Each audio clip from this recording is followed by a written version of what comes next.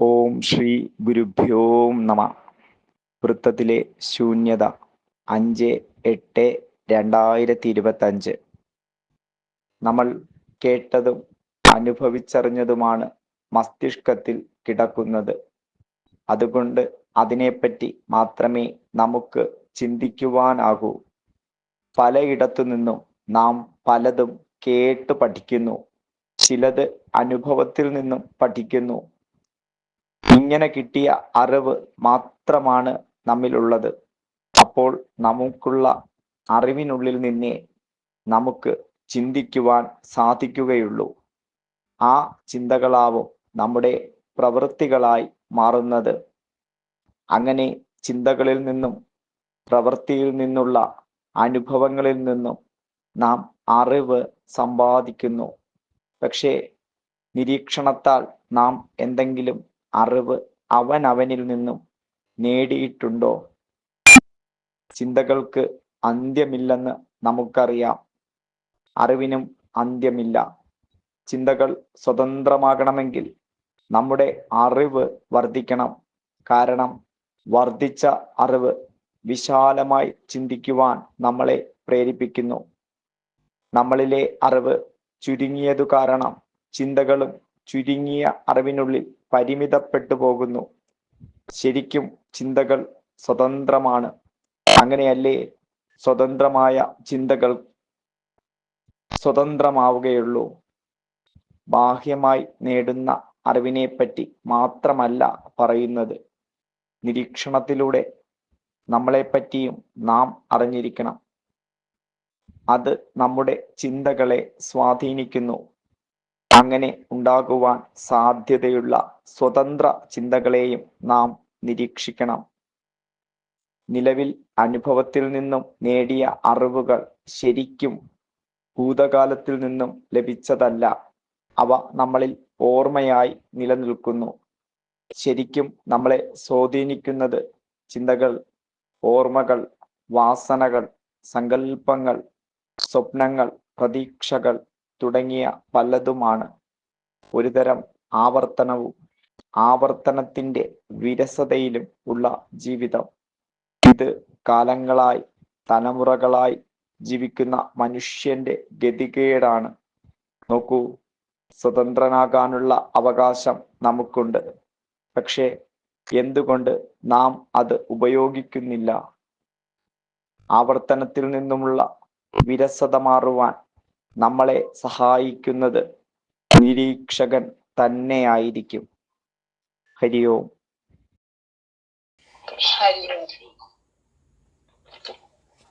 ഇന്ന് 5-ാം തീയതി ഓഗസ്റ്റിലെ വൃത്തത്തിലെ ശൂന്യതയിൽ വീണ്ടും നിരീക്ഷണത്തിന്റെ ഇമ്പോർട്ടൻസ് ആണ് പറയുന്നത്. പക്ഷെ അത് അറിവുമായിട്ട് കണക്റ്റഡ് ആയിട്ട് ഒരു കണക്ഷൻ നിരീക്ഷകൻ ആൻഡ് പിന്നെ നമുക്ക് കിട്ടുന്ന അറിവ് പിന്നെ മറ്റേ ബോധതലത്തിലോട്ടുള്ള അറിവ് കിട്ടാനുള്ള ആ നിരീക്ഷകന്റെ ഹെൽപ്പ് വേണം എന്നുള്ള കാര്യമാണ് ഗുരുജി ഇവിടെ പ്രതിപാദിക്കുന്നത്. അപ്പൊ ആദ്യത്തെ പാരഗ്രാഫില് പിന്നെ ഈ ഒരു പോയിന്റ് അതിന്റെ ലാസ്റ്റിൽ വരുന്ന ഒരു പോയിന്റിൽ നമുക്കൊരു ആൻസർ കൊടുക്കേണ്ടതുണ്ട്. അപ്പൊ പൊതുവെ നോക്കുമ്പം അറിവുകൾ നമുക്ക് കിട്ടുന്ന അറിവ് പിന്നെ മനുഷ്യ ജീവിതത്തിലെ ആ 4 ഘട്ടങ്ങളിലൂടെ കടന്നു പോകുമ്പോൾ പല കാര്യങ്ങൾ കേട്ടനുഭവിക്കുകയും അറിഞ്ഞ കാര്യങ്ങൾ മനസ്സിൽ ഉള്ളിൽ ശേഖരിച്ചു വെക്കുന്നതാണ്. പിന്നെ അറിവ് സമ്പാദിക്കുന്ന വേറെ ഒരു വഴിയോടുള്ളതാണ് പലയിടത്തു നിന്നും നാം പിന്നെ കേട്ട് പഠിക്കുന്നതും അനുഭവത്തിൽ നിന്നും പഠിക്കുന്നതും. അപ്പം പഠനം എന്ന് പറയുന്നത് മനനം ഒക്കെ ചെയ്യുന്ന ഒരു തലമാണ്. അപ്പോൾ ആ അറിവ് കുറച്ചുകൂടെ ഉറയ്ക്കുന്നതാണ്. മറ്റേ സൂപ്പർഫിഷ്യലായിട്ട് കേൾക്കുന്നേക്കാട്ടിൽ ഇത് കുറച്ചുകൂടെ ഉറയ്ക്കുന്നതാണ്. പഠിച്ച് നമ്മൾ പിന്നെ അറിവ് ശേഖരിക്കുന്ന അത് ആ നോളജ് ഉറയ്ക്കുന്നതാണ്. കേട്ടതിൽ നിന്നും അനുഭവിച്ചതിൽ നിന്നും പഠനത്തിൽ നിന്നും അറിവ് ആണ് നമ്മളിൽ ഉള്ളത്. അതിനെ പറ്റി മാത്രം നമുക്ക് ചിന്തിക്കാൻ പറ്റും. കമ്പ്യൂട്ടറിൽ ഇങ്ങനെ ഇൻപുട്ട് അനുസരിച്ച് ഔട്ട്പുട്ട് എന്ന് പറയുന്ന പോലെ അത്രയും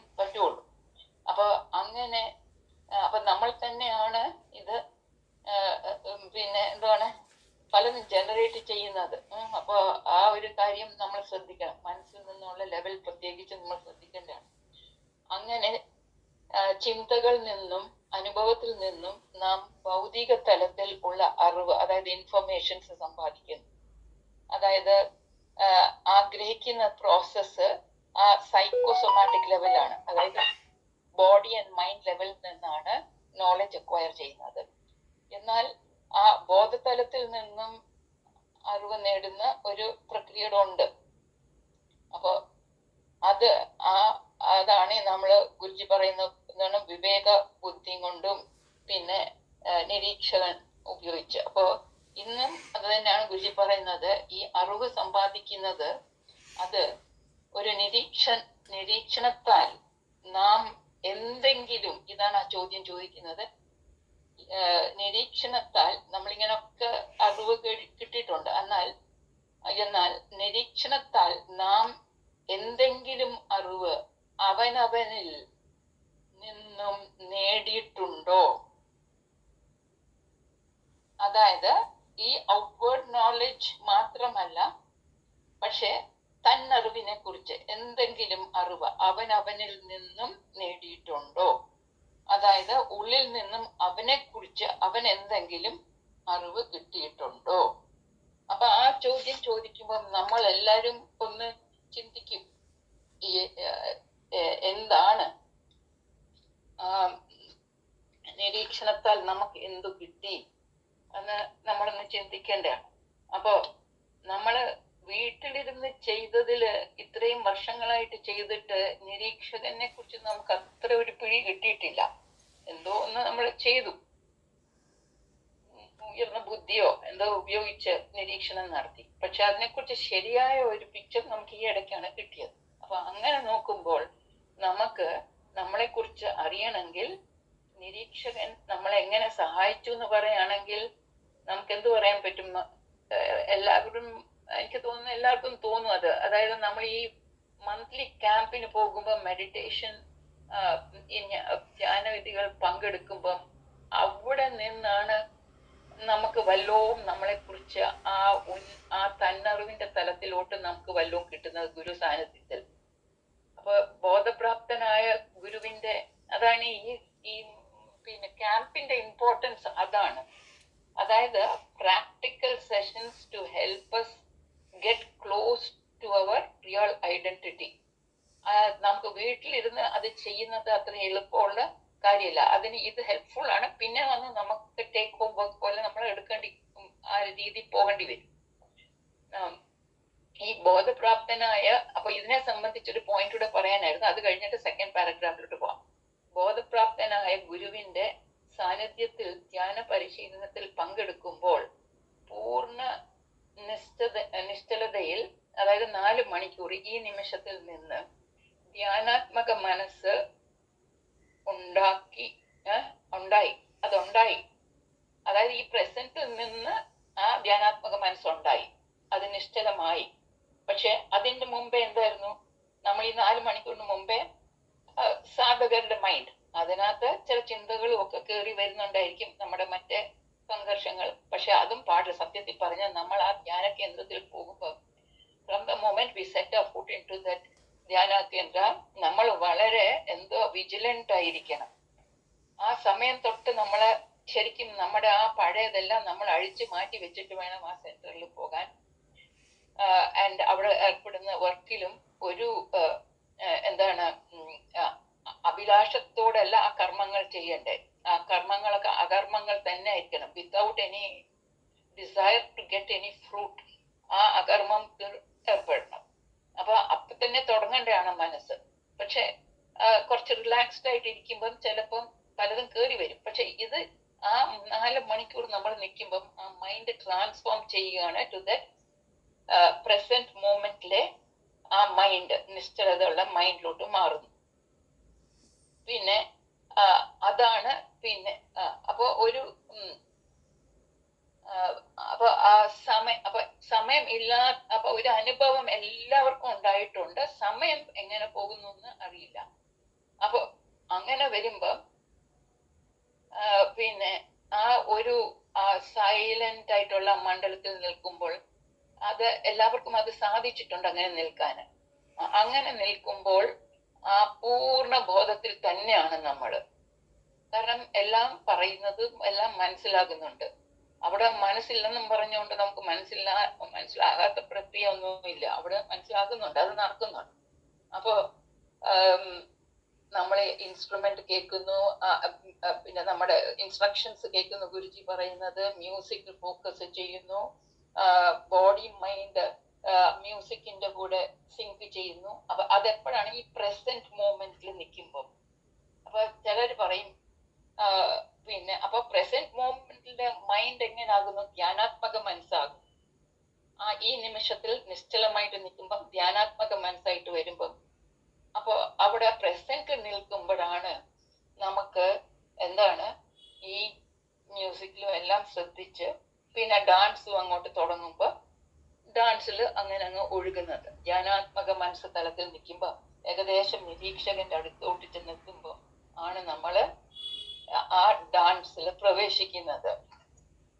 ചിലപ്പം ചിലർക്ക് ഡാൻസ് പറ്റുന്നില്ലെന്ന് പറഞ്ഞാൽ തുടക്കത്തിൽ അങ്ങനാണ്. കാരണം അപ്പൊ അവിടെ എന്താണ് ആ transformation from that what you say ഈ പ്രസന്റിലെ മൈൻഡിൽ എത്താത്തത് കൊണ്ട്, ധ്യാനാത്മക മനസ്സിൽ എത്താതെ മറ്റേ മൈൻഡിൽ തന്നെ നിൽക്കുമ്പോഴാണ്, ആ മനോതലത്തിൽ നിൽക്കുമ്പം നമുക്ക് ചില പിന്നെ എന്താണ് ആ സെൻസ് ഓഫ് ഐ, ഞാൻ സെപ്പറേറ്റ് ആണ് എന്നുള്ളൊരു ആ ബോധം, ഐ കോൺഷ്യസ്നെസ്സും ഉണ്ട്. പിന്നെ വേറെ എന്തെങ്കിലും പിന്നെ നമ്മളെ പിന്നോട്ട് വലിക്കുന്ന എന്തെങ്കിലും ഒരു ഫാക്ടർ ഉണ്ടെങ്കിൽ അവിടെ അത് അങ്ങനെ നിലനിൽക്കും. അപ്പൊ ആ പ്രസന്റിൽ വന്നാലേ ഈ പറഞ്ഞ പോലെ എല്ലാ ആ ആക്ടിവിറ്റീസിൽ പറയുന്നത് പോലെ പൂർണ്ണമായിട്ട് അതിൽ മൈൻഡ് അതിൽ ഫോക്കസ് ചെയ്തു പോകുമ്പോഴേ ഉള്ളൂ പ്രസന്റിലോട്ട് വരാൻ പറ്റുന്നത്. ആ ഡാൻസിൽ ഏർപ്പെടുമ്പോഴാണ് ആ പ്രസന്റില് ആ ധ്യാനാത്മക മനസ്സിൽ അത് ചെയ്യാൻ പറ്റുന്നത്. അത് കഴിഞ്ഞിട്ടാണ് ഗുരുജിയോട് ഡിസ്കസ് ചെയ്തപ്പോൾ മനസ്സിലായത്, ആ സ്റ്റേറ്റ് കഴിഞ്ഞിട്ടാണ് നിരീക്ഷകന്റെ ലെവലിലോട്ട് പോകുന്നത്. എന്ന് പറഞ്ഞാൽ നമ്മൾ ആ സിങ്ക് ചെയ്ത് ഡാൻസും ചെയ്ത് ആ എന്താണ് അവിടെ എന്താണ് പിന്നെ ഡാൻസറും ഡാൻസും വേറേതല്ല, ഒന്നാവുന്നു. പുള്ളി നമ്മുടെ ഗുരുദാസ്ജിയെ കണ്ടിട്ടുണ്ടല്ലോ, അതുപോലെ ആ ലെവലിലോട്ട് ചെന്നെത്തുമ്പം ആ നിരീക്ഷകൻ നന്നായിട്ട് ആക്ടിവേറ്റഡ് ആയിരിക്കും. അപ്പോഴാണ് അത് അങ്ങനെ ഉള്ളതെന്ന്. അപ്പൊ അതിന്റെ നമുക്കൊരു ഹാൻഡ്സ് ഡോൺ എക്സ്പീരിയൻസ് ആണ് അവിടെ കിട്ടുന്നത്. അതവിടെ കിട്ടിയിട്ടുണ്ട്. അപ്പൊ ആ ചോദ്യം, എന്നാൽ നിരീക്ഷണത്താൽ നാം എന്തെങ്കിലും അറിവ് അവനവനിൽ നിന്നും നേടിയിട്ടുണ്ടോ? അപ്പൊ അവിടാണ് നമ്മള് പറയണ്ടേ, ഈ ഒരു കാര്യം എല്ലാവരും നേടിയിട്ടുണ്ട് ടു ഡിഫറെന്റ് എക്സ്റ്റെന്റ്. പ്രസന്റിൽ നിൽക്കാനോ അല്ലെങ്കിൽ നിരീക്ഷണത്തിലോട്ട് പോയതും കൊണ്ട് കിട്ടിയ നിരീക്ഷകന്റെ ആ ഒരു ലെവലില്.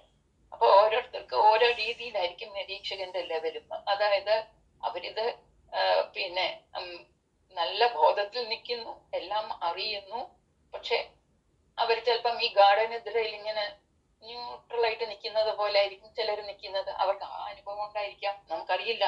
പലർക്കും പല രീതിയിലായിരിക്കും. അപ്പൊ അതിനെക്കുറിച്ചാണ്, ആ അറിവുകളൊക്കെയാണ് നമ്മൾ ഈ നിരീക്ഷണം. അതും ഈ ഉണ്ടാകുന്ന ചിന്തകളും ഇതിനെക്കുറിച്ചുള്ള ചിന്തകളും തന്നറിവിനെ സംബന്ധിച്ചുള്ള ആ ഡിഫറെന്റ് സ്റ്റേജസിനെ കുറിച്ചുള്ള ചിന്തകൾ വരെ നിരീക്ഷിക്കണം എന്നാണ് ഗുരുജി പറയുന്നത്. അപ്പോഴേ പിന്നെ അത് കഴിഞ്ഞിട്ട് പിന്നെ നമ്മൾ അങ്ങോട്ട് പോകുമ്പം ആ നിരീക്ഷകന്റെ ആ ലെവൽ നിരീക്ഷണം വേണം. അത്രയേ ഉള്ളൂ നിരീക്ഷണം. അതിനകത്ത് പങ്കെടുക്കുന്നൊന്നുമില്ല. ന്യൂട്രലായിട്ട് നിന്ന് ഒരു സൈഡ് എടുക്കാതെ നമ്മൾ ആ രീതിയിൽ ആ തന്നറിവിനെ കുറിച്ചുള്ള ചിന്തകളും വരുന്നത് നമ്മൾ നിരീക്ഷിക്കണം.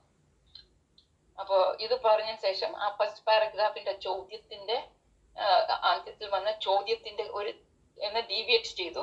Coming to the second paragraph, സാധകർക്ക് ചിന്തയും പിന്നെ അറിവിനെയും കുറിച്ച് ബോധവാൻ ആയിരിക്കണം.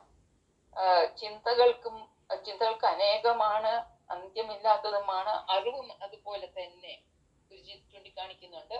അറിവും അതുപോലെ തന്നെയാണ്, അന്ത്യമില്ലാത്തതാണ്. പിന്നെ ചിന്തകൾ സ്വതന്ത്രം ആകണം എങ്കിൽ, അതാണ് ഒരു പോയിന്റർ, മെയിൻ പോയിന്റർ ഇന്ന്. ചിന്തകൾ സ്വതന്ത്രമാകണമെങ്കിൽ നമ്മളുടെ അറിവ് വർദ്ധിക്കണം. വർദ്ധിച്ച അറിവ് വിശാലമായി ചിന്തിക്കുവാൻ സഹായിക്കുന്നു. പിന്നെ അറിവ് ചുരുങ്ങിയാൽ ചിന്തകളും ചുരുങ്ങിയ അറിവിനുള്ളിൽ ലിമിറ്റഡ് അല്ലെങ്കിൽ അപൂർണമായി പോകും. അപ്പൊ ബാഹ്യമായ അറിവുകളും തന്നറിവും അറിഞ്ഞിരിക്കണം. അതിനെക്കുറിച്ച് ബോധവാനായിരിക്കണം അവന്. കാരണം അത് നമ്മളുടെ ചിന്തകളെ സ്വാധീനിക്കുന്നു. ഇത് രണ്ടും അറിഞ്ഞിരിക്കണം. അപ്പൊ ആ നിരീക്ഷണം അങ്ങനെ ഉണ്ടാവാൻ സാധ്യത ഉള്ള സ്വതന്ത്ര ചിന്തകളെയും നാം നിരീക്ഷിക്കണം. അപ്പോ ഈ ബാഹ്യ അറിവും, അതായത് ആ നോളജ്, ഇൻഫർമേഷൻ എന്ന് പറയുന്നതിലോട്ട് പോകുന്നതും തന്നറിവിനെ കുറിച്ച് അറിഞ്ഞു പോകുന്ന ആ ചിന്തകളും അതെല്ലാം നമ്മളെ സ്വാധീനിക്കുന്നതാണ്. അപ്പൊ ഈ ബാഹ്യ അറിവെന്ന് പറയുമ്പോൾ ഇൻഫർമേഷൻ കിട്ടുന്നു എന്ന് പറയുന്നത്, അവിടെയും ഇപ്പൊ ഈ സ്വാതന്ത്ര്യം എന്ന് പറയുന്നത് എന്താണ്? അപ്പൊ അതാണ് ഞാൻ ഗുരുജിയോട് ചോദിച്ചു, ഈ സ്വാതന്ത്ര്യം എന്ന് പറയുന്നത് ചിന്തകൾ സ്വതന്ത്രമാകണം, ചിന്തകൾ സ്വതന്ത്രമാകണം. അപ്പൊ ഞാൻ ചോദിച്ചു, ഗുരുജി അതിന്റെ കുറച്ചുകൂടെ ഒരു ക്ലാരിറ്റി കിട്ടിയാ കൊള്ളായിരുന്നു പറഞ്ഞപ്പം ഗുരുജി പറഞ്ഞു, റൂമിയുടെ ചിന്തകൾ കേട്ടിട്ടുണ്ടോ? ഞാൻ കേട്ടിട്ടുണ്ടെന്ന് പറഞ്ഞപ്പം ഞാൻ അപ്പൊ ചിന്തിച്ചു, ഗുരുജിയുടെ ചിന്തകൾ, അവധൂത് ചിന്തകൾ, ഇതെല്ലാം സ്വതന്ത്രമായിട്ടുള്ള ചിന്തകളാണ്. ആ ഒരു തലത്തിലോട്ട് പോകുന്ന ആ ചിന്തകൾ വേണം എന്ന് പറഞ്ഞാൽ നമ്മളെ സ്വതന്ത്രമാക്കുന്ന ചിന്തകൾ. അതായത് തന്നറിവിൽ നിന്നും മാത്രമല്ലല്ലോ. അവധൂജിയുടെ ചിന്തകൾ നോക്കുമ്പം പുറത്തുള്ള കാര്യത്തിലും അതിനെക്കുറിച്ചുമുള്ള കാര്യങ്ങളാണ് പറയുന്നത്. അപ്പൊ അപ്പോഴത്തെ സത്യം, ഓരോരോ സത്യങ്ങൾക്ക് അത് ഉണ്ട് അതിനകത്ത്. അപ്പോ ആ തരം ചിന്തകൾ നമ്മളെ ഉയർത്തുന്നത്, ആ തന്നറിവിലോട്ട് ഉയർത്തുന്ന ആ ചിന്തകൾ അത് വരണം. അപ്പോ ആ ചിന്തകൾ പിന്നെ ബാഹ്യതലത്തിൽ നിന്ന് കിട്ടുന്ന ചിന്തകൾ, ആ മൈൻഡ്, സാധാരണ മൈൻഡിൽ നിന്നും കിട്ടുന്നത് എത്ര ഉയർന്ന ശ്രേഷ്ഠമായാലും അത് ഫ്രീവിൽ നിന്ന് അല്ല ഉണ്ടാകുന്നത്. ഫ്രീവിൽ നിന്നും ഉണ്ടാകുന്നത് ആ നിരീക്ഷകന്റെ തലത്തിലോട്ടോ സത്യയുടെ ലെവലിലോട്ട് പോകുമ്പോൾ അപ്പോഴാണ് ആ ഫ്രീവിൽ നിന്നും ചില ചിന്തകൾ ഉണ്ടാകുന്നത്. അത് സ്വതന്ത്രമാക്കുന്ന ചിന്തകളാണ്. ഫ്രീവില്ലിന്റെ കാര്യം നമുക്ക് പിന്നെ ടോക്ക് കഴിഞ്ഞിട്ട് വല്ലതും നോക്കാം നമുക്ക്. പിന്നെ ലാസ്റ്റ് പാർട്ടില് പിന്നെ ഏതെങ്കിലും ഒരു പ്രസന്റിൽ നമ്മൾ നിൽക്കുമ്പം അനുഭവിക്കുന്നതിൽ നിന്നും, പ്രസന്റിൽ നിൽക്കുന്ന ഒരു അവസ്ഥയിൽ, ഏതെങ്കിലും ഒരു സമയത്ത് നിൽക്കുന്ന ഒരു അവസ്ഥയിൽ നമുക്ക് കിട്ടുന്ന അറിവുകൾ അത് ഭൂതകാലത്തിൽ നിന്നും കിട്ടിയതല്ല.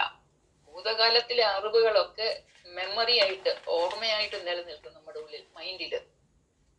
അത് നമ്മളെ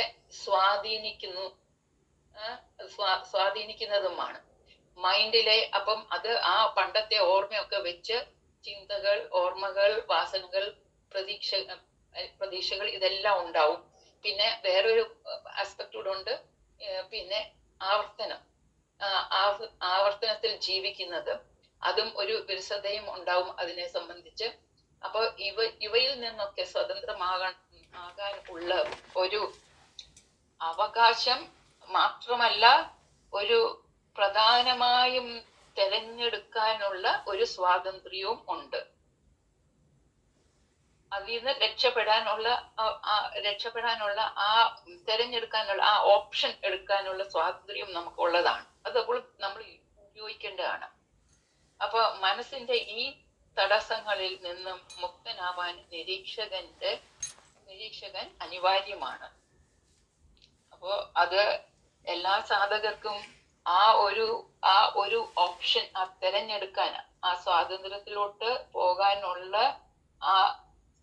പിന്നെ ആ ഒരു അവകാശം, അത് അവകാശം എന്ന് മാത്രമല്ല, ആ തിരഞ്ഞെടുക്കാനുള്ള ആ സ്വാതന്ത്ര്യം അവര് ഉപയോഗിക്കട്ടെ എന്ന് പ്രാർത്ഥിച്ചുകൊണ്ട് നിർത്തുന്നു. ഹരിയോം. ഹരിയോം. മനസ്സിന് ഇൻഫർമേഷൻസിൽ നിന്ന് മാത്രമേ ഫങ്ഷൻ ചെയ്യാൻ സാധിക്കുകയുള്ളൂ. മനസ്സ് കളക്ട് ചെയ്യുന്ന ഇൻഫർമേഷൻസിലൂടെ മാത്രമേ മനസ്സിന് പ്രവർത്തിക്കാൻ സാധിക്കുകയുള്ളൂ.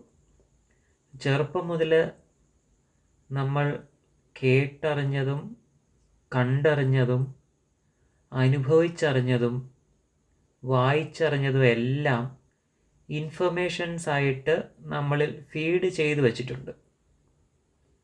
ഇതിനെയാണ് മനസ്സ് പ്രോസസ്സ് ചെയ്ത് നമ്മുടേതായിട്ടുള്ള കാഴ്ചപ്പാടുകളും വ്യാഖ്യാനങ്ങളും ആഗ്രഹങ്ങളും വാസനകളും ഒക്കെ ആക്കി മാറ്റുന്നത്. ഇത് മനസ്സിൻ്റെ അറിവാണ്. യഥാർത്ഥത്തിൽ തെറ്റിദ്ധാരണകളുടെ ഒരു കൂമ്പാരമാണ് മനസ്സ് എന്ന് പറയാം. എന്നാൽ യഥാർത്ഥ അറിവ് നമുക്ക് നിരീക്ഷണത്തിലൂടെ മാത്രമേ സമ്പാദിക്കാൻ സാധിക്കുകയുള്ളൂ. ബാക്കിയെല്ലാം ഓരോരോ തെറ്റിദ്ധാരണകളാണ്. മനസ്സിലെ ഈ ചിന്തകൾ ഒരു ചെയിൻ റിയാക്ഷൻ പോലെയാണ് നമ്മളിൽ സംഭവിക്കുന്നത്. ഓരോ സെക്കൻഡിലും നമ്മളിൽ ചിന്തകൾ ജനിക്കുന്നുണ്ട്. അതിന് അന്ത്യമില്ല. മനസ്സിനെന്തുണ്ട്? അതിൻ്റേതായിട്ടുള്ളൊരു ബൗണ്ടറി ഉള്ളതുകൊണ്ട് ചിന്തകൾ ചുരുങ്ങുന്നു. ഇപ്പം ബൗണ്ടറിക്ക് ഉള്ളിൽ ചുരുങ്ങിയാണ് നിൽക്കുന്നത്. അങ്ങനെ ഇടുങ്ങിയ ചിന്തകൾ ഉള്ള ഇടുങ്ങിയ മനസ്സിലാണ് നമ്മൾ ഉള്ളത്.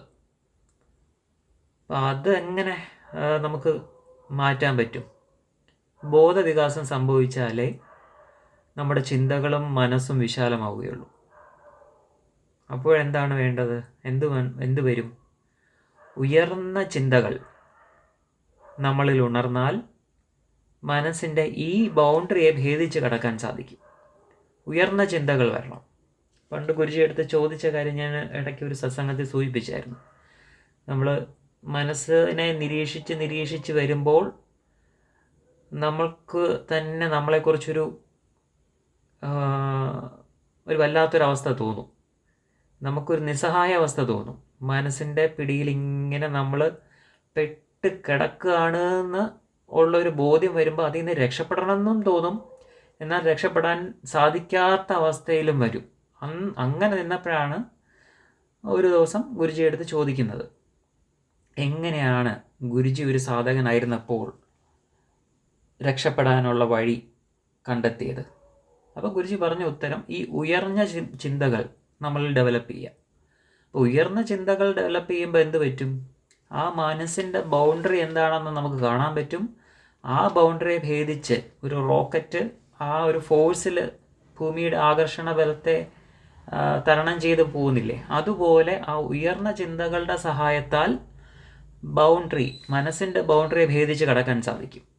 അപ്പം അങ്ങനെയാണ് എല്ലാ സാധകരും അവസാനം ഗുരു എന്നുള്ള ആ ഒരു ഇതിലേക്ക് ഉയർന്നിട്ടുള്ളത്. അത് തന്നെയാണ് നമ്മളും ചെയ്തിട്ടുള്ളതെന്ന് അന്ന് ഗുരുജി പറഞ്ഞിട്ടുണ്ട്. അപ്പോൾ അതാണ് ഓരോ സാധകൻ്റെയും വഴി. പോകുന്ന വഴിയിൽ ആ ഉയർന്ന ചിന്തകൾ നമ്മളിൽ ഉണർന്നാൽ മാത്രമേ നമുക്ക് മുന്നോട്ട് പോകാൻ സാധിക്കുകയുള്ളൂ. അങ്ങനെ ഭേദിച്ച് കടക്കുമ്പോൾ എന്ത് സംഭവിക്കും? ചിന്തകൾ സ്വതന്ത്ര ചിന്തകളാകുന്നു. അപ്പോൾ നമ്മളിൽ സ്വയം നിരീക്ഷണം സാധ്യമാകുന്നു. കൂടുതൽ ഒട്ടലില്ലാത്ത നിരീക്ഷണം സാധ്യമാകും. അങ്ങനെ നമ്മളെ അറിയാനും സാധിക്കും. നമ്മളുടെ യഥാർത്ഥത്തിൽ നമ്മൾ എന്താണെന്നുള്ളത് മനസ്സിൻ്റെ വ്യൂ പോയിന്റിൽ അല്ലാതെ നിന്നുകൊണ്ട്, മനസ്സിൻ്റെ ബൗണ്ടറിക്ക് അപ്പുറം സഞ്ചരിച്ചത് കൊണ്ട് അവിടെ നിന്നുകൊണ്ട് നമ്മളെ നോക്കി നമ്മളുടെ ഇപ്പോഴത്തെ സത്യത്തെ എല്ലാം തിരിച്ചറിയാൻ സാധിക്കും. ഇപ്പം നമ്മൾ ഏത് ലെവലിലാണ്, ഇപ്പോഴത്തെ നമ്മൾ എന്താണെന്നുള്ളത് തിരിച്ചറിയാൻ സാധിക്കും.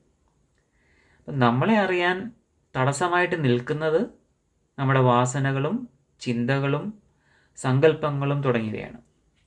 ഇത് നമ്മുടെ ഭൂതകാല സ്മരണകളാണ്.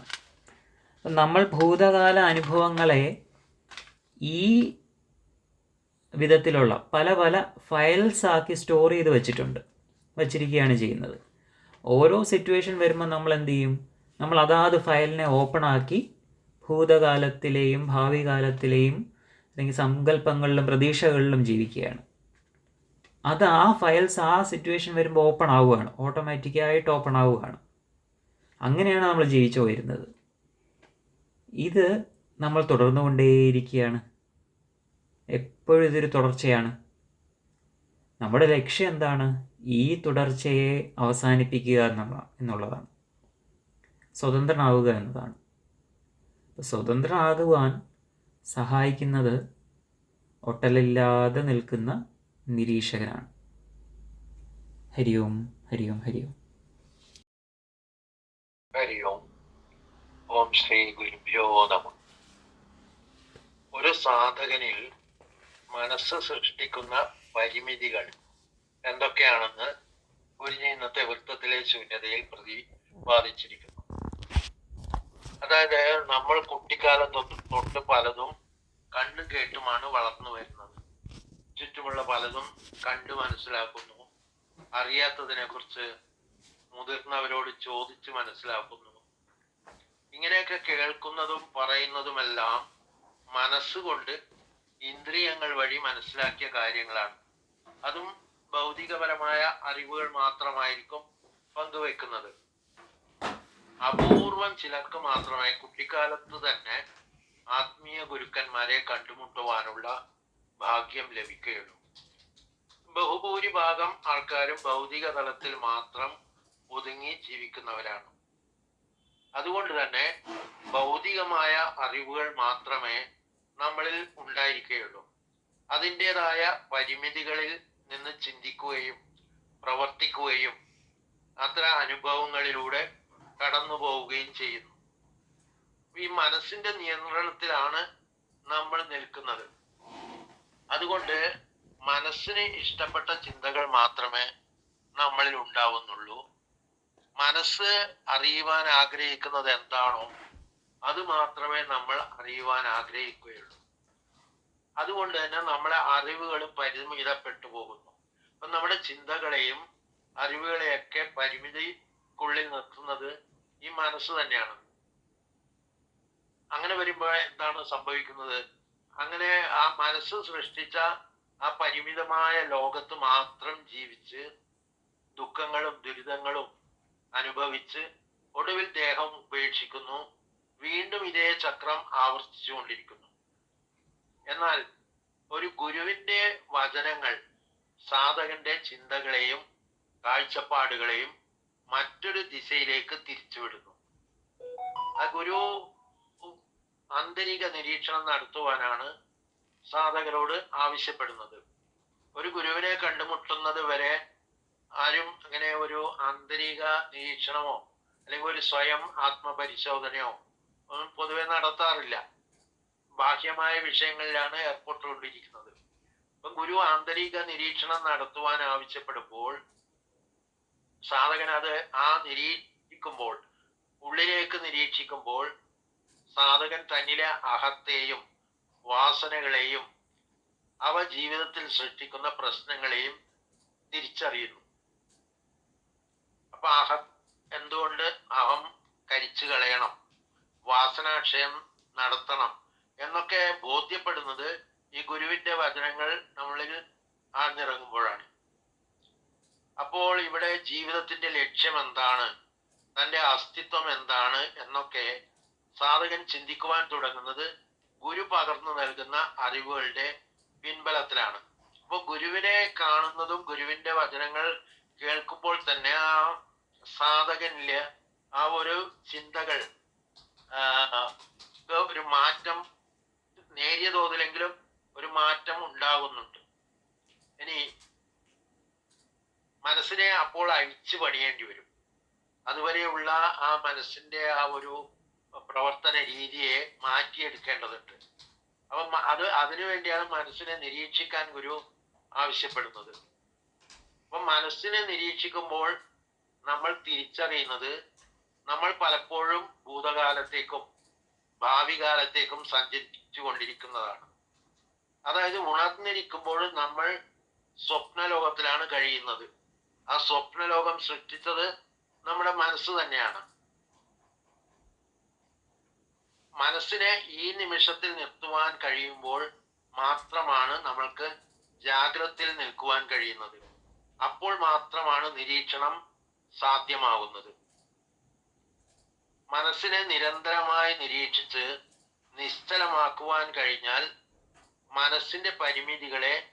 തരണം ചെയ്യുവാൻ നമുക്ക് കഴിയുന്നു. അപ്പോൾ മനസ്സിന് അപ്രാപ്യമായ അറിവുകൾ ബോധവികാസത്തിലൂടെ സ്വായത്തമാക്കാൻ ഗുരുവിന്റെ കൃപയാൽ കഴിയുന്നു. ഇവിടെ ഗുരുവിന്റെ ആ ഒരു സഹായം അല്ലെങ്കിൽ ഗുരുവിന്റെ ആ കൃപ ആവശ്യമാണ്. നേരത്തെ സ്വാമിനിയമ്മ സൂചിപ്പിച്ചു, ആ ധ്യാന ശിബിരത്തിൽ പങ്കെടുക്കുമ്പോൾ ആ ഗുരുവിന്റെ സാന്നിധ്യത്തിലുള്ള ആ ഊർജ മണ്ഡലത്തിൽ സാധകനിൽ സംഭവിക്കുന്ന മാറ്റങ്ങളെ കുറിച്ച്.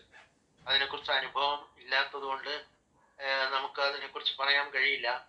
എന്നാലും ആ ബോധവികാസത്തിന്റെ ഫലമായി തെളിയുന്ന അറിവുകൾ കൂടുതൽ കാര്യങ്ങളെ കുറിച്ച് കൂടുതൽ ആഴത്തിൽ ചിന്തിക്കുവാൻ നമ്മളെ പ്രാപ്തരാക്കുന്നു. അപ്പൊ ഇതിന് ആ ബോധവികാസം ആവശ്യമാണ്. ബോധവികാസം നടക്കണമെങ്കിൽ മനസ്സിനെ ഈ നിമിഷത്തിൽ നിലനിർത്തി ആ ധ്യാനാത്മക മനസ്സാക്കി മാറ്റണം. അങ്ങനെ വരുമ്പോൾ ഗുരുവചനങ്ങളെ ആഴത്തിൽ മനനം ചെയ്യുവാൻ സഹായിക്കുന്നു. അതുപോലെ ചിന്തകളെ മനസ്സിന്റെ തലത്തിൽ നിന്നും സ്വതന്ത്രമാക്കാനും സാധിക്കുന്നു. ഇതിനെല്ലാം ആവശ്യമായി വരുന്നത് ആ സാധകനിൽ നടക്കുന്ന ആ ബോധവികാസമാണ്. അത് നിരീക്ഷണത്തിലൂടെ തിരിച്ചറിയുവാനും കഴിയുന്നു, എന്തൊക്കെ മാറ്റങ്ങളാണ് ഉള്ളിൽ സംഭവിക്കുന്നത് എന്നുള്ളത്. ഇങ്ങനെ ഒരു സാധകൻ മനസ്സിന്റെ പരിമിതികളിൽ നിന്നും പുറത്തു കടക്കുമ്പോഴാണ് അവന് ആ ബോധതലത്തിൽ ഉയരുവാൻ കഴിയുന്നത്. ജീവിതത്തിന്റെ ലക്ഷ്യം എന്താണെന്ന് വ്യക്തമായി മനസ്സിലാക്കുവാൻ അവന് സാധിക്കുന്നു. തന്നിൽ സംഭവിച്ചു കൊണ്ടിരിക്കുന്ന ആ പരിവർത്തനങ്ങളെ തിരിച്ചറിയുവാനും അവന് കഴിയുന്നു. അതുകൂടാതെ മനസ്സിനെ ഒട്ടലില്ലാതെ നിലനിർത്തുവാനും കഴിയുന്നു. അപ്പോൾ ഈ മനസ്സിന്റെ അഗാധമായ മൗനത്തിലാണ് ബോധം പൂർണ്ണതയോടെ പ്രകാശിക്കുന്നത് എന്ന് ഗുരു അനുഭവത്തിലൂടെ പറഞ്ഞു തരുന്നു. ആ അഗാധമായ മൗനത്തിലാണ് ബോധവികാസം സംഭവിക്കുന്നത്. അതിനാണ് ഗുരു മനസ്സിനെ ഈ നിമിഷത്തിൽ നിലനിർത്തി ആ ധ്യാനാത്മക മനസ്സാക്കി അതിലൂടെ കടന്നു പോകാൻ ആവശ്യപ്പെടുന്നത്. അതിന് നിരീക്ഷകൻ സദാ ഉണർന്നിരിക്കണം. ആ മൗനത്തിൽ നിരീക്ഷകൻ ഉണർന്നിരിക്കുന്നു.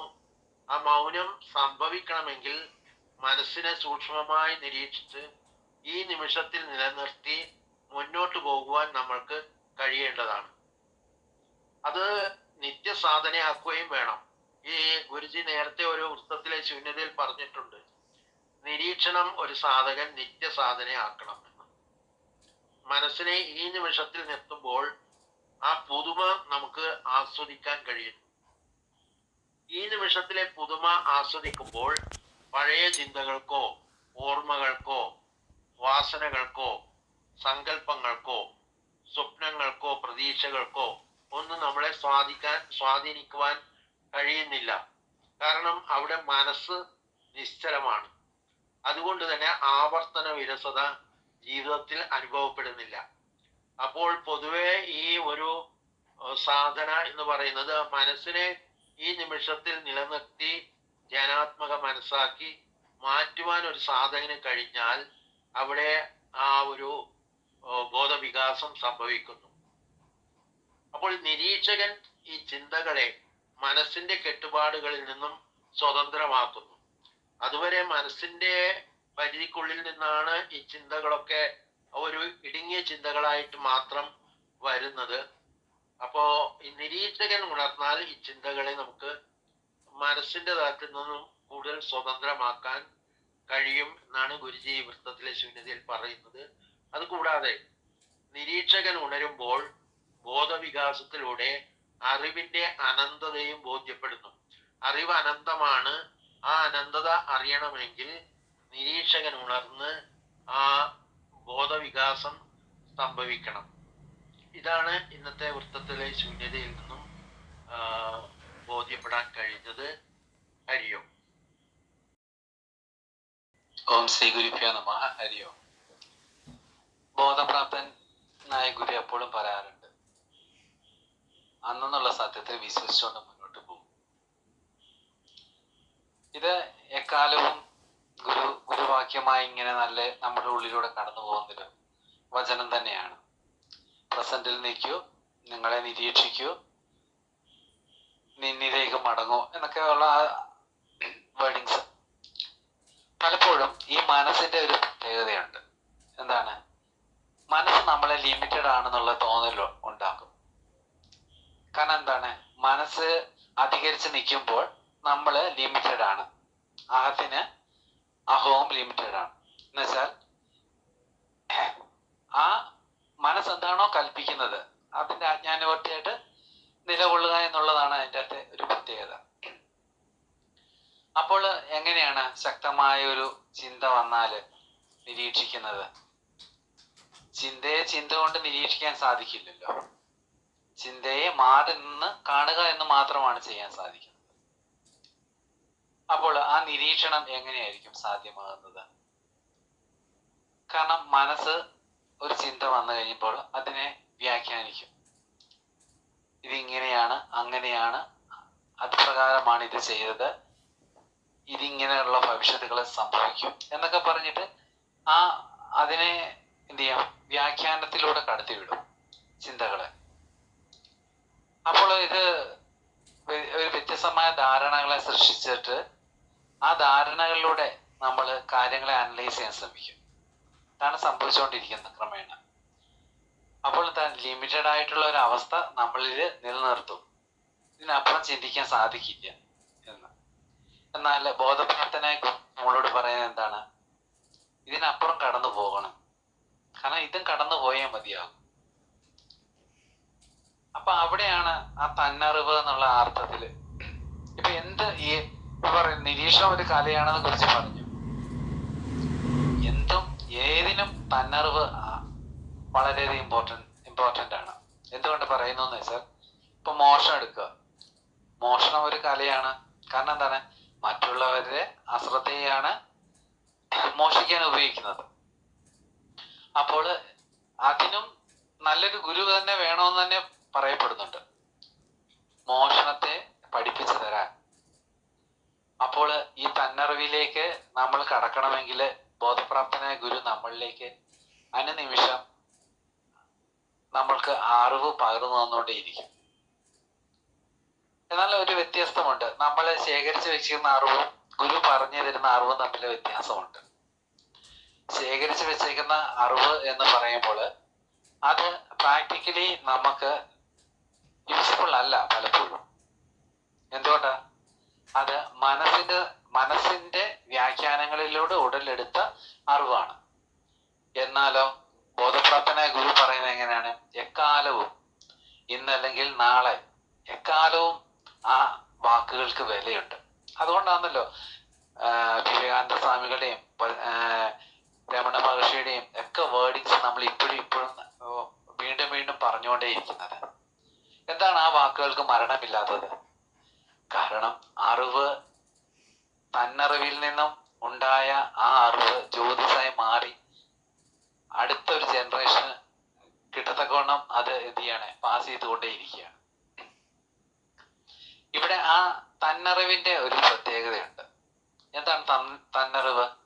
അവനവനിലേക്ക് നോക്കി കണ്ട് മനസ്സിലാക്കുന്ന ആ അറിവാണ്. എത്രത്തോളം അവനവനിലേക്ക് നോക്കുന്നുണ്ട്. ഇവിടെ നമ്മൾ ശ്രദ്ധിക്കുന്നുണ്ടാവും, നമ്മളുടെ സെൻസ് ഓർഗാൻസ് എല്ലാം പുറം ലോകത്തേക്കാണ് ശ്രദ്ധ ഊന്നി നിൽക്കുന്നത്. ഇതിനെ കണക്ട് ചെയ്യാൻ മനസ്സ് പ്രബലമായിട്ട് തന്നെ നിൽക്കുന്നുമുണ്ട്.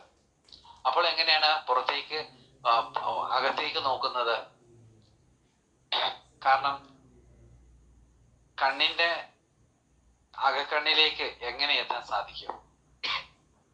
അവിടെയാണ് നമ്മൾ ധ്യാനം പരിശീലിക്കുന്നത്, ജപം പരിശീലിക്കുന്നത്.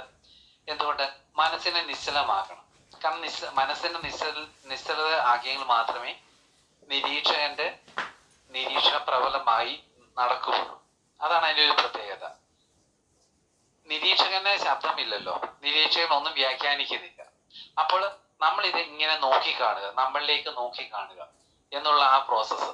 അപ്പോൾ ഞാൻ ഇങ്ങനെ ഒരു ക്യാരക്ടറാണ്, ഞാൻ ഇങ്ങനെ ഒരു സ്വഭാവ സവിശേഷതയുണ്ട്, എന്നിൽ ഇങ്ങനെയുള്ള ചില രൂഢമൂലമായ മോശം സ്വഭാവങ്ങളുണ്ട്, എൻ്റെ ചിന്താഗതികൾക്ക് ഇങ്ങനെയൊക്കെ വ്യത്യാസമുണ്ട്. അപ്പൊ ഇതൊക്കെ നോക്കി കാണുമ്പോൾ നമ്മൾ ആ മനസ്സിന്റെ തലത്തിൽ നിന്നാണ് ചിന്തിക്കുന്നതെങ്കിലും ഇതൊന്നും സാരമില്ല.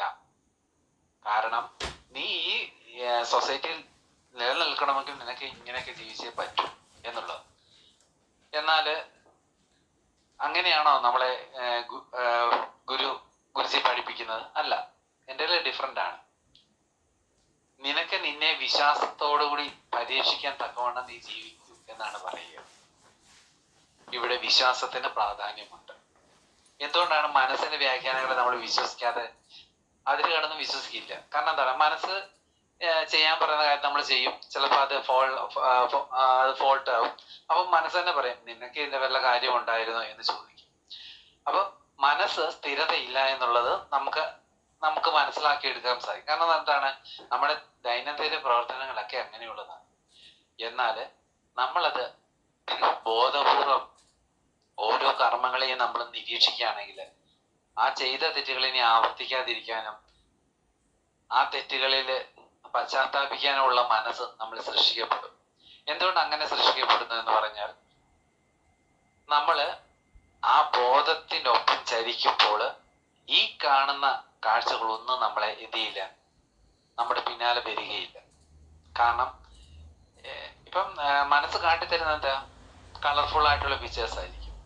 അതേസമയം നിരീക്ഷകൻ കാണിച്ചു തരുന്ന പിക്ചർ ബ്ലാക്ക് ആൻഡ് വൈറ്റ് തന്നെയാണ്. അതില് യാതൊരു വിധമായ എന്തില്ല, കൂട്ടിച്ചേർക്കലുകളില്ല. യഥാർത്ഥ സത്യം കാണിച്ചു തരും. അപ്പോൾ ഇതാണ് ആ മനസ്സിന്റെ വ്യാഖ്യാനവും മനസ്സ് ശേഖരിക്കുന്ന അറിവിന്റെ ഒരു പ്രത്യേകത. നമ്മൾ ഇനി മുന്നോട്ട് പോവുകയാണ്. മുന്നോട്ട് പോകുമ്പോൾ മനസ്സിനെ നിശ്ചലമാക്കി അഹത്തെ നിരാകരിച്ച് ഈ പറഞ്ഞ് ശേഖരിച്ച അറിവുകളെ എല്ലാം എന്ത് ചെയ്യണം? നമ്മള് ബ്ലാങ്ക് ആക്കണം. എന്നിട്ട് അങ്ങനെ നമുക്ക് മുന്നോട്ട് പോകാൻ സാധിക്കുകയുള്ളൂ. ചുരുക്കം പറയാൻ ഈ പറഞ്ഞിരിക്കുന്ന ഘടകങ്ങളെല്ലാം നിർജീവമാക്കേണ്ടി വരും. അപ്പോൾ ഇവിടെ നമ്മള് ഈ നിരീക്ഷകനെ കൂട്ടുപിടിച്ച് സത്യം അറിയാൻ നമ്മൾ മുന്നോട്ട് പ്രയാണം ചെയ്യുമ്പോൾ നമ്മളില് വർക്കൗട്ട് ആവുന്ന ഒരേ ഒരു കാര്യം മാത്രമേ ഉള്ളൂ. ബോധപ്രാപ്തനായ ഗുരുവിന്റെ ആ ശബ്ദങ്ങൾ മാത്രം, അല്ല മറ്റൊന്നും നമുക്ക് ശ്രവിക്കാൻ സാധിക്കില്ല. എന്തുകൊണ്ടാണത്? കാരണം അന്നുള്ള സത്യങ്ങളാണ് പറഞ്ഞുകൊണ്ടിരിക്കുന്നത്. അപ്പോൾ ഇങ്ങനെ നമ്മൾ മുന്നോട്ട് പോകുമ്പോൾ യഥാർത്ഥത്തിൽ നമുക്ക് സംഭവിക്കുന്നത് എന്താണ്? നമുക്ക് വലിയൊരു മാറ്റം സംഭവിക്കും. കാരണം എന്താണ്? നമ്മൾ പണ്ട് ചിന്തിച്ചിരുന്ന രീതിയിലല്ല ഇപ്പൊ ചിന്തിക്കുന്നത്. ഒരു പ്രശ്നം വരുമ്പോൾ അതിനെ അതിജീവിക്കാനുള്ള പ്രാപ്തി നേടണമെന്ന് ചിന്തിക്കുന്നു. അപ്പൊ നമ്മളില് മാറ്റങ്ങൾ വരുമ്പോൾ അതിനെ ഉൾക്കൊണ്ടുകൊണ്ട് പോകണം. കാരണം നമ്മൾ ശേഖരിക്കുന്ന അറിവ് എങ്ങനെയാണ്? കണ്ടുകൊണ്ട്, കേട്ടുകൊണ്ട്, ഉൾക്കൊണ്ടുകൊണ്ട്.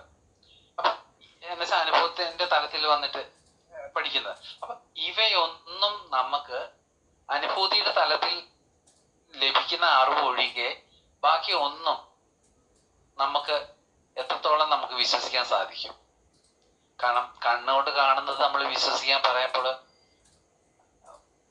എന്തുകൊണ്ട് എന്റെ തൊട്ടപ്പുറത്ത് ഇരിക്കുന്ന ആളുടെ അവനും എന്നിൽ നിലകൊള്ളുന്ന ആത്മാവാണ് നിലകൊള്ളുന്നത് നമ്മൾ കണ്ടെത്താൻ സാധിക്കുന്നില്ലല്ലോ. ഇവനിലും എന്നിൽ നിലകൊള്ളുന്ന ആത്മാവാന്ന് കേട്ടുകൊണ്ട് അതും വിശ്വസിക്കുന്നില്ലല്ലോ. അപ്പൊ വിശ്വാസം എന്ന് പറയുന്ന ഒരു പ്രമാണം ഇവിടെ അടിയുറച്ചതാവണം. അതാണ് വേണ്ടിയത്. കാരണം ഗുരുവിന്റെ വാക്കുകളെ വിശ്വസിക്കണമെങ്കിൽ പോലും നമ്മൾക്ക് എന്തുണ്ടാവണം? ആ അടിത്തറയുള്ള ഒരു വിശ്വാസം, ഘടന ഉണ്ടാവണം. അതാണ് ഏറ്റവും കൂടുതൽ സാധകന് വേണ്ടത്. അപ്പോൾ അങ്ങനെ ഒരു ഘടന നമ്മളെ സൃഷ്ടിക്കപ്പെടട്ടെ എന്ന് ആത്മാർത്ഥമായി പ്രാർത്ഥിച്ചുകൊണ്ട് ഹരിയും. ഓം ഗുരുഭ്യോ നമഃ. നമ്മള് ഒരു ഗുരുവിന്റെ അടുത്തേക്ക് എത്തുമ്പോൾ നമ്മള് സഞ്ചരിച്ചുകൊണ്ടിരിക്കുകയാണ്. ഒരു വലിയ സഞ്ചരിക്കുകയാണ്. സഞ്ചാരം നടത്തുന്നത് മനസ്സിനോടൊപ്പമാണ്. ആ മനസ്സ് നമ്മൾ ആ മനസ്സിന്റെ കൂടെ ഒട്ടി നിന്ന് ശേഖരിച്ച ഒരു ചിന്തകള്, ആ ചിന്തകൾ, അതായത് മനസ്സുമായിട്ട് ഒട്ടിച്ചേർന്ന ആ ചിന്തകളിലൂടെ ലഭിച്ച തിക്താനുഭവങ്ങളോ അല്ലെങ്കിൽ അതുമായി കിട്ടിയ വാസനകളോ ആയിട്ട് ലഭിച്ച ഓർമ്മകൾ, സങ്കല്പങ്ങള്, ഒപ്പം പ്രതീക്ഷകള് എല്ലാം ആയിട്ടാണ് നമ്മൾ ഗുരുവിന്റെ അടുത്തെത്തുന്നത്. എല്ലാ ചിന്തകളും പുറത്താണ്. ഒരുപാട്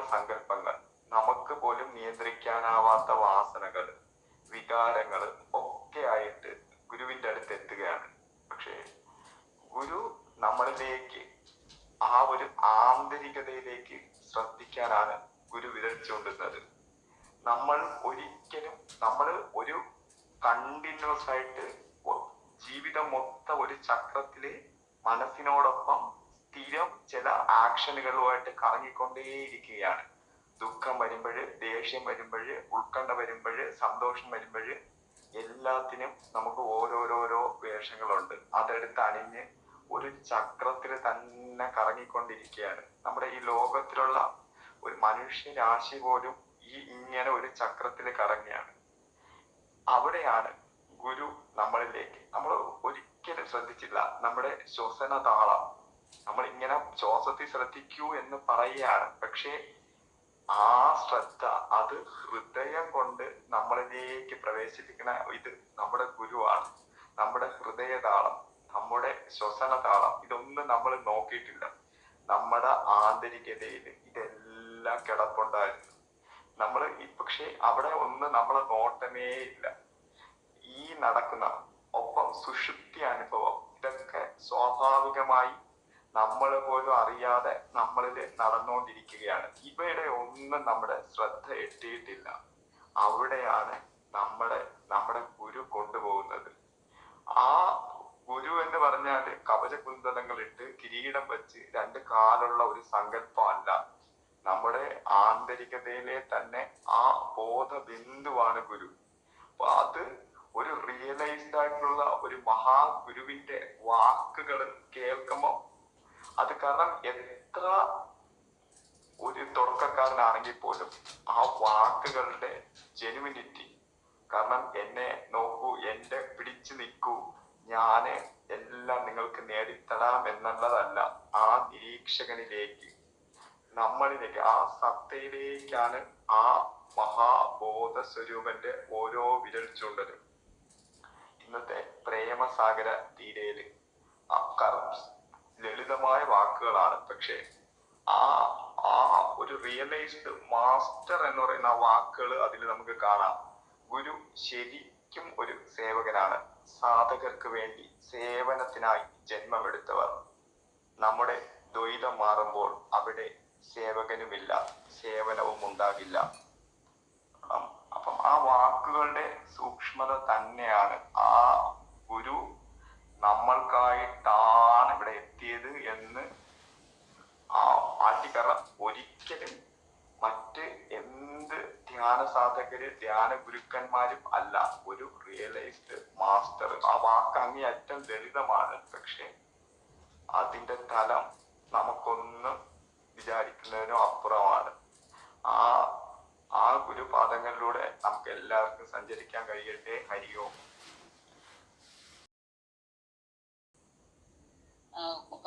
പിന്നെ മറ്റൊരു കാര്യമുണ്ടല്ലോ, നമ്മുടെ ആ ഗുരുജി പറഞ്ഞായിരുന്നല്ലോ, നമ്മുടെ ആ ചിന്തകള് ചിന്തകൾ സ്വതന്ത്രമാകണമെങ്കിൽ എന്ന ഒരു കാര്യം പറഞ്ഞപ്പം അത് ആ ഫ്രീ വിൽ പ്രകാരം ആയിരിക്കണമെന്ന്. അപ്പൊ ആ ഫ്രീ വിൽ നമ്മള് പലപ്പോഴും നമ്മളിങ്ങനെ ചിന്തിക്കും, അതിനെക്കുറിച്ചൊന്ന് ലേശമൊന്ന് പറയണമെന്നോ, അത് പറഞ്ഞാൽ നമുക്ക് എല്ലാവർക്കും ഒന്ന് അതിനെക്കുറിച്ചൊന്ന് മനസ്സിലാക്കാൻ നോക്കിയിട്ടുണ്ട് പലരും. പക്ഷെ ഗുരുജി ഒരു തവണ പറഞ്ഞു തന്നിട്ടുണ്ട്. നമ്മൾ ചോദിച്ചപ്പോൾ പറഞ്ഞു, ഫ്രീ വിൽ എന്ന് പറയുന്നത് ആ ആന്തരിക നിരീക്ഷണ തലത്തിൽ പോയിട്ട് ഉണ്ടാവുന്ന ഒരു ഇച്ഛാശക്തിയാണ്. ആ ലെവലിൽ ഉണ്ടാവുന്ന അങ്ങനത്തെ ചിന്തകളുടെ നിന്നുണ്ടാവുന്നതാണ്. അപ്പോ ഇച്ഛാശക്തി എന്ന് പറയുമ്പം അതിനെ പ്രേരിപ്പിക്കുന്നത് എന്തൊരു ആഗ്രഹമാണ്. അതായത് നമ്മുടെ പിന്നെ ഇതിനകത്തും ഉണ്ടല്ലോ, സഹസ്രനാമത്തിലുണ്ടല്ലോ, ഇച്ഛാശക്തി, ജ്ഞാനശക്തി, ക്രിയാശക്തി സ്വരൂപിണി എന്ന്. അപ്പൊ അതിനകത്ത് നമ്മളെ കർമ്മങ്ങൾ ചെയ്യണമെങ്കിൽ ഈ പിന്നെ ആഗ്രഹത്തിന്റെയും ഈ പരിശ്രമത്തിന്റെയും ഒരു സംയോജനമാണ്. അപ്പൊ അതിനകത്ത് ആഗ്രഹമില്ലാതെ വന്ന് ഒരു പരിശ്രമം മാത്രം നടത്തി അങ്ങനെ ചെയ്യുവാണെങ്കിൽ അതൊരു കർമ്മമല്ല, അത് അകർമ്മമായിട്ട് മാറും. അപ്പൊ കർമ്മങ്ങൾ ചെയ്യുമ്പം ഇത് രണ്ടും ഉണ്ടാവും. പക്ഷെ ഇതിന്ന് എന്നിട്ട് പിന്നെ കർമ്മങ്ങൾ ചെയ്യുമ്പോഴാണ് ആഗ്രഹങ്ങൾ പിന്നെയും ഉണ്ടായിട്ട് അത് സഫലീകരിച്ച് കഴിഞ്ഞിട്ട് പിന്നെയും ആവർത്തിച്ച് അതിലോട്ട് പോകുന്ന ആ ആവർത്തനം, ആ സൈക്കിളിൽ നമ്മൾ പെട്ടുപോകുന്നത്, കർമ്മ സൈക്കിളിൽ. പക്ഷെ ആ ആഗ്രഹം അങ്ങനെ വന്നിട്ട് ഒരു ഇച്ഛാശക്തിയും പിന്നെ ഇച്ഛാശക്തിയിൽ നിന്നും പിന്നെ അതെങ്ങനെ ചെയ്യണം എന്നുള്ള ആ ആഗ്രഹം എങ്ങനെ നിറവേറ്റണം എന്നുള്ള എങ്ങനെ അത് ലഭിക്കണമെന്ന് ഉള്ള ആ കാര്യം, അത് ജ്ഞാനവും പിന്നെ അത് കഴിഞ്ഞിട്ട് അത് നാം പിന്നെ പരിശ്രമിക്കുമ്പം ആ ആക്ഷൻ അത് ചെയ്യുന്നത് ഏത് രീതിയിലാണ് ചെയ്യുന്നത്, അത് ക്രിയാശക്തിയായിട്ട് വരും. ഇത് മൂന്നും, all these are manifestation of the divine mother, ആ ദിവ്യ മാതാവിന്റെ അല്ലെങ്കിൽ പ്രകൃതിയുടെ ഒരു ആസ്പെക്റ്റ് ആണത്. അപ്പോൾ ആ മൈൻഡ് ലെവൽ അവിടെ ഉണ്ടാവും. പക്ഷെ ആ മൈൻഡ് ലെവലിനെ കുറച്ചുകൂടെ സാത്വികമാക്കിയാലും ഈ ഒരു കാര്യങ്ങളൊക്കെ ഉണ്ട് അതിനകത്ത്. അപ്പോൾ ആ കാർമിക് സൈക്കിളിൽ നിന്ന് പുറത്തു വരണമെങ്കിൽ കർമ്മയിൽ നിന്നും നമ്മൾ ഇത് മൂന്ന് ഫാക്ടേഴ്സും ഉള്ളതാണ്. പക്ഷെ ഇതിന്റെ ഒക്കെ ഇതിന്റെ ഭവിഷ്യത്തൊക്കെ ഉണ്ട്. ഈ കാർമിക് സൈക്കിളിൽ നിന്ന് രക്ഷപ്പെടാനുള്ള കാര്യങ്ങൾ എന്താണ് ചെയ്യേണ്ടതെന്ന് പറഞ്ഞാൽ, നമ്മൾ ആഗ്രഹം സഫലീകരിച്ചാലും പിന്നെ ഫലങ്ങൾ ത്യജിക്കണം, അങ്ങനെയൊക്കെ പറയാറുണ്ടല്ലോ. അതൊക്കെ വിട്ടിട്ട് പിന്നെ ഈ ഫ്രീ വിൽ എന്ന് പറയുന്നത് ഈ കണ്ടീഷൻ ഒന്നുമില്ലാതെ ആ നിരീക്ഷകന്റെ തലത്തില് ഈ പിന്നെ സ്വതന്ത്ര ചിന്തകൾ അങ്ങനെ അതിൽ നിന്നും വരുന്ന പിന്നെ അതിനെ നിരീക്ഷിച്ച് അതിനപ്പുറവും പോയി അങ്ങനെ ഉണ്ടാകുന്ന ആ തലത്തിൽ ഉള്ള ആ ഇച്ഛാശക്തി, അത് ശരിക്കും ആ സത്തയുടെ ലെവലിൽ നിന്നും ഉണ്ടാവുന്നതായിരിക്കും. ആ ഫ്രീ വിൽ അങ്ങനെ ആ റൂമിയുടെ തോട്ട്സും ഒക്കെ ആ ഒരു ലെവൽ, ചിന്തകളും എല്ലാം ആ തലത്തിൽ നിന്നുമാണ് ഉണ്ടാവുന്നത്, ആ തരം ചിന്തകൾ. അപ്പോൾ അതിനെ കുറിച്ചുകൂടെ ഒന്ന് പറഞ്ഞിട്ട് നിർത്തുന്നു. ഹരി ഓം. ഹരി ഓം. ഹരി ഓം.